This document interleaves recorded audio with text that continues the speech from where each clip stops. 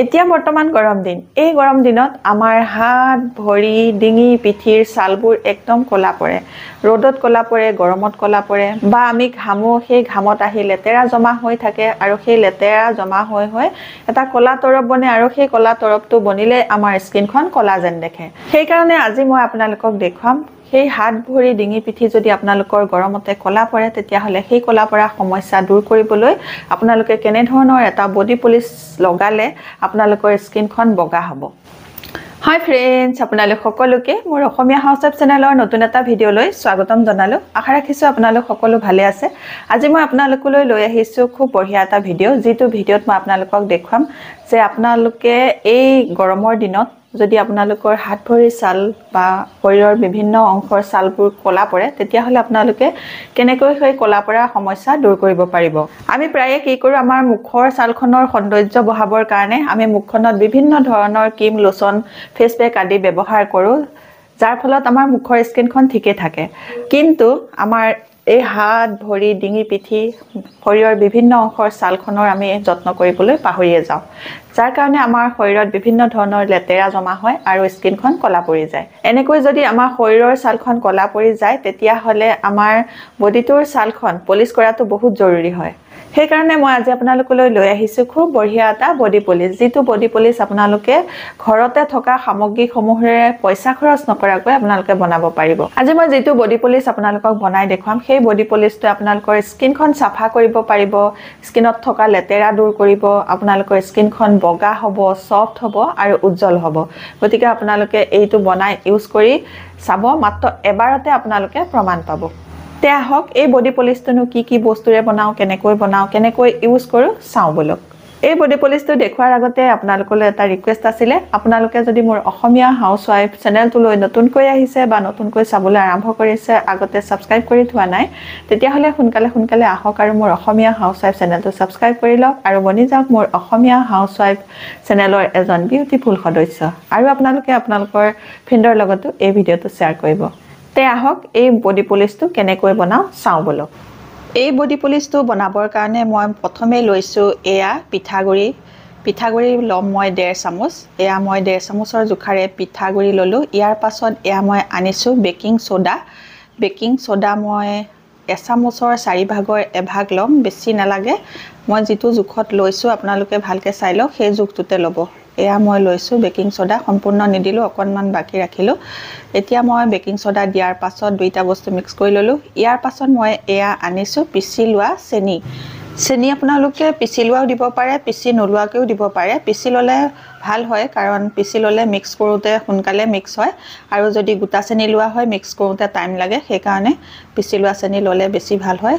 পিচি লোৱা চেনিখিনি দিয়াৰ পাছত মই মিক্স কৰি ললো মিক্স কৰি লোৱাৰ পাছত এতিয়া মই আনিছো এটো কফি পাউডাৰ লাগিব আমাক 1 চামুচ কফি পাউডাৰটো আপোনালোকে 1 চামুচতকৈ বেছিকৈ ল'ব পাৰে একো প্ৰবলেম নহয় কিন্তু 1 চামুচতকৈ আপোনালোকে কমাই নলব কফি পাউডাৰে আমাৰ স্কিনৰ উজ্জ্বলতা আনে আৰু স্কিনখন সাফা কৰিবলৈ বগা কৰিবলৈ বহুত বেছিকৈ সহায় কৰে সেই কাৰণে মই লৈছো এয়া কফি আকৌ আধা চামুচ এয়া কফি মই ললো 1.5 চামুচ কফি দিয়াৰ পাছত মিক্স কৰি ললো মিক্স কৰি লোৱাৰ পাছত এতিয়া মই আনিছো এটো মৌ লাগিব এই বডি পলিশটোত আধা চামুচতকৈ অলপ বেছি লব আপোনালোকে মই যেটো জুখত লৈছো আপোনালোকে সেই জুখটোতে লব মৌ দিয়াৰ পাছত এখিনি গুটেখিনি বস্তু আকৌ মিক্স কৰি লৈছো আপোনালোকে খুব ধুনিয়াকে মিক্স কৰি লব যাতে গুটেখিনি বস্তু ইটো হিটোৰ লগত ভালকৈ মিক্স হৈ যায় ইয়াৰ পাছত মই আনিছো এটুকুৰা নেমু ৰসটো লাগিব আমাক 1 চামুচৰ পৰা 1.5 চামুচ এতিয়া মই এয়া 1.5 চামুচৰ জুখাৰে নেমু ৰস লৈ ললো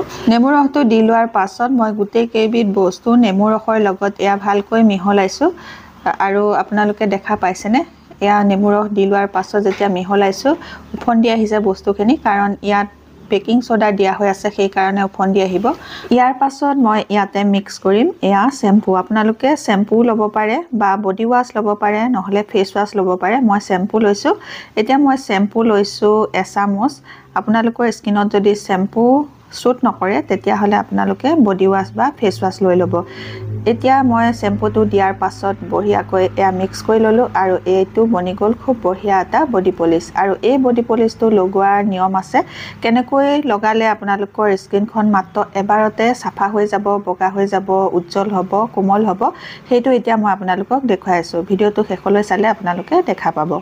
এতিয়া আপোনালোকক মই এই বডি পলিচটো বনাই দেখুৱালোঁ। এতিয়া মই আপোনালোকক মোৰ স্কিনত মই ইউজ কৰি দেখুৱাম আৰু আপোনালোকে এইটো সপ্তাহত এবাৰকৈ লগাব পাৰিব। আপোনালোকে সপ্তাহত এবাৰকৈ লগাব আৰু কিমান সময় লগাব, কেনেকৈ লগাই পেলাই ধুব লাগিব, সেইটো এতিয়া আপোনালোকক দেখুৱাম। তে ব'লক কেনেকৈ লগাওঁ চাওঁ। এতিয়া মই আপোনালোকক এই বডি পলিচটো মই মোৰ হাত আৰু ভৰিত ব্যৱহাৰ কৰি দেখুৱাম। আপোনালোকে এইটো আপোনালোকৰ গোটেই গাতে লগাব পাৰিব। আপোনালোকে মুখত নলগাব, গোটেই গাতে লগাব। মুখত লগাবলৈ এইকাৰণে মানা কৰিছোঁ যে ইয়াত বেকিং সোডা আছে, সেইকাৰণে। এতিয়া মই অলপ হাততে লৈ লৈছোঁ, লৈ পেলাই এয়া প্ৰথমে মই মোৰ হাতখনত লগাইছোঁ। আপোনালোকে এই বডি পলিচটো আপোনালোকৰ শৰীৰৰ যিটো অংশতে ক'লা দাগ পৰিছে বা টেন হৈছে, ছানবাৰ্ণ হৈছে, লেতেৰা হৈ আছে, সেই ঠাইতে আপোনালোকে এনেদৰে লগাই পেলাই 10 মিনিট মাছাজ কৰি দিব। এনেকৈ লগাই 10 মিনিট মাছাজ কৰিলে আপোনালোকৰ শৰীৰত থকা ক'লা দাগ, স্পট, মলি, লেতেৰা সকলোবোৰ চাফা হৈ যাব মাত্ৰ এবাৰতে। এতিয়া মই মোৰ হাতখন চাফা কৰি আছোঁ। মাছাজ কৰি থাকোঁতে যদি অকণমান শুকান লাগে, তেতিয়াহ'লে আপোনালোকে মোৰ দৰে অকণমান পানী সানি ল'ব আৰু আঙুলিৰ এই গাঁঠিবোৰৰ ছালখন ক'লা পৰি থাকে বহুতৰে। যিসকলৰ এনেকুৱা ক'লা দাগ আছে আঙুলিৰ গাঁঠিত, এনেকৈ লগাই পেলাই মাছাজ কৰি দিব। মাত্ৰ এবাৰতে সকলোবোৰ লেতেৰা চাফা হৈ যাব। এতিয়া মই মোৰ ভৰিখনত আপোনালোকক লগাই দেখুৱাম। অলপ এয়া বডি পলিচ লৈছোঁ, লৈ পেলাই মই মোৰ ভৰিখনত তলৰ পৰা ওপৰলৈকে এয়া লগাই দিছোঁ আৰু সেই ভৰিৰ যিবোৰ গাঁঠি ক'লা হৈ থাকে, সেই গাঁঠিত আপোনালোকে লগাই পেলাই 10 মিনিট যদি মাছাজ কৰি দিয়ে, তেতিয়াহ'লে সেই ক'লা দাগটো একেবাৰে গুচি যাব। এতিয়া এনেকৈ লগাই ল'ব, লগাই পেলাই আপোনালোকে ভৰিটো 10 মিনিট মাছাজ কৰিব। 10 মিনিট মাছাজ কৰি দিলেহে আপোনালোকৰ ছালত থকা লেতেৰা, মলি, ক'লা দাগ, স্পট, ছানবাৰ্ণ সকলোখিনি মাত্ৰ এবাৰতে চাফা কৰি পেলাব। এতিয়া মই মোৰ ভৰিখন এয়া মাছাজ কৰি দিছোঁ। এনেকৈ মাছাজ কৰি এয়া মোৰ হৈ গ'ল। হাত আৰু ভৰি মোৰ মাছাজ কৰা হৈ গ'ল। এতিয়া মই এনেকৈ 10 মিনিট ৰাখিম। আপোনালোকে এনেকৈ মাছাজ কৰাৰ পাছত আকৌ 10 মিনিট এনেকৈ ৰাখি থ'ব। ৰাখি থোৱাৰ পাছতহে ধুব লাগিব। আকৌ বহুত মানুহৰ দেখা যায় যে কিলাকতিটো ক'লা হৈ থাকে। যদি আপোনালোকৰ কাৰোবাৰ কিলাকতিটো ক'লা হৈ আছে, তেতিয়াহ'লে ইয়াৰে অকণমান লৈ আপোনালোকে খুব ভালকৈ এনেকৈ মই মাছাজ কৰাৰ দৰে মাছাজ কৰি দিব সেই ঠাইডোখৰ। আপোনালোকে দেখিব আপোনালোকৰ কিলাকতিও খুব ধুনীয়াকৈ চাফা হৈ গৈছে আৰু ক'লা দাগটো নাইকিয়া হৈ গৈছে। এতিয়া মাছাজ কৰি মই 10 মিনিট ৰাখি দিলোঁ। 10 মিনিটৰ পাছত মই মোৰ হাতখন ধুইছোঁ আৰু এনেদৰে মই হাত ভৰি গোটেইখিনি ধুই পেলাম। আৰু ধোৱাৰ পাছত এয়া দেখিছেনে কিমান ধুনীয়াকৈ চাফা হৈছে। স্কিনখন নিমজ হৈ গৈছে, স্কিনত থকা ক'লা দাগ, লেতেৰা সকলোবোৰ চাফা হৈ গৈছে। গৰমৰ দিনত আমাৰ ছালবোৰ ৰ'দে পুৰে আৰু ক'লা পৰি যায়। এনেকৈ যদি আপোনালোকৰ স্কিনখন ৰ'দে পৰিছে বা ক'লা পৰি গৈছে, তেতিয়াহ'লে সপ্তাহত আপোনালোকে এই বডি পলিচটো লগাই পেলাই চাব। দেখিব আপোনালোকৰ স্কিনখন জিলিকি উঠিছে। এতিয়া মই মোৰ ভৰিটো ধুই দিম। এই বডি পলিচটো লগোৱাৰ পাছত আপোনালোকে যেতিয়া আপোনালোকৰ হাত ভৰি ধুব, তেতিয়া আপোনালোকে ধুওঁতেও মাছাজ কৰি ধুব।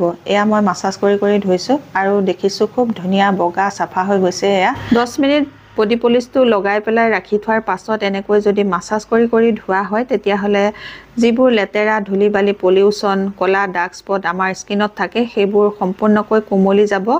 আৰু এনেকৈ মাছাজ কৰি যদি ধুই দিব, তেতিয়া সম্পূৰ্ণভাৱে চাফা হৈ যাব। এয়া মই মোৰ হাত ভৰিযোৰ আপোনালোকক দেখুৱাইছোঁ, খুব ধুনীয়া চাফা হৈছে। মোৰ প্ৰথমৰ স্কিনখনতকৈ এতিয়া লগোৱাৰ পাছৰ স্কিনখনৰ বহুত পাৰ্থক্য মই দেখিবলৈ পাইছোঁ। আপোনালোকেও ব্যৱহাৰ কৰি চাব। আপোনালোকেও ইয়াৰ পৰা এটা খুব ভাল ৰিজাল্ট দেখিবলৈ পাব। গতিকে আপোনালোকে ইউজ কৰি চাব। এতিয়া মই মোৰ হাত ভৰি ভাল পানীৰে ভালকৈ ধুই আহি গ'লোঁ আৰু ধোৱাৰ পাছত এয়া ৰিজাল্টটো খুব বঢ়িয়া ৰিজাল্ট। আৰু প্ৰায় সংখ্যক মানুহৰে এই কিলাকতিটো ক'লা হৈ থাকে। যদি আপোনালোকৰ কাৰোবাৰ কিলাকতি ক'লা, তেতিয়াহ'লে এইটো ইউজ কৰি চাব। এয়া আপোনালোকক মই মোৰ কিলাকতিটো দেখুৱাইছোঁ। দেখিছেনে অকণো ক'লা দাগ নাই, সম্পূৰ্ণ ধুনীয়াকৈ চাফা হৈ গৈছে আৰু বগা হৈ গৈছে। এয়া দেখিছে কিমান ধুনীয়াকৈ চাফা হৈছে, একদম বগা হৈ গৈছে মাত্ৰ এবাৰতে।